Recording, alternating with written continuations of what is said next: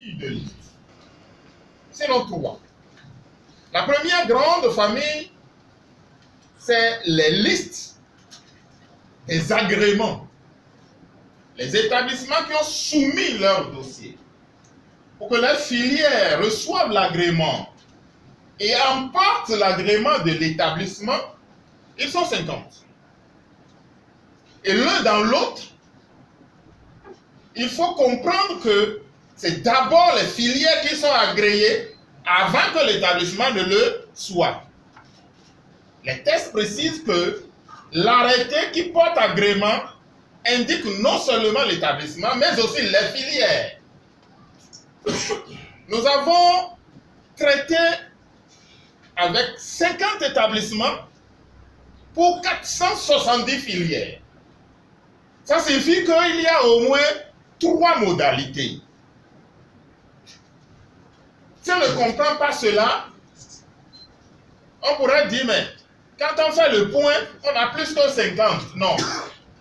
Les établissements vont se retrouver avec des avis à la fois favorables, défavorables ou réservés selon la qualité des dossiers qu'ils ont présentés pour chaque filière.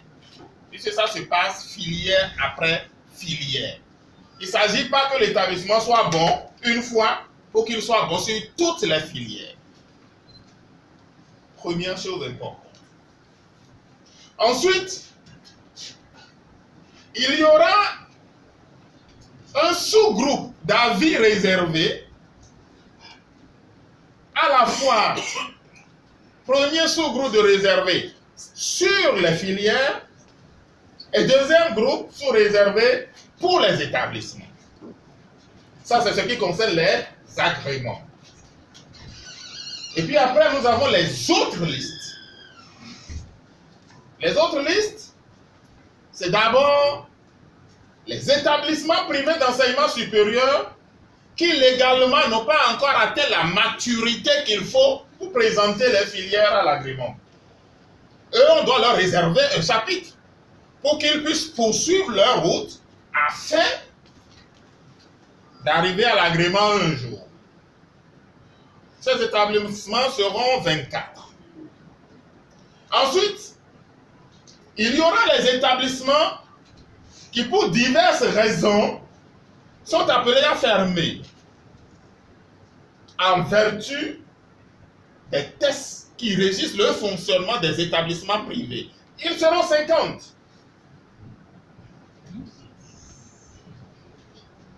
Enfin, sur les listes annuelles, il y a une liste de 12 établissements qui devraient normalement venir à l'agrément, mais qui n'ont pas cru devoir présenter leur dossier à l'agrément. Ils n'ont pas écrit au ministère, ils n'ont pas écrit au conseil consultatif pour dire pourquoi nous n'avons pas fait. Alors c'est une exigence, c'est une réforme majeure. Ces établissements sont, en attendant les clarifications, considérés comme ne voulant pas s'inscrire dans la réforme. La décision, c'est qu'en vertu des tests, ces établissements ferment. Voilà les différentes listes dont on va parler.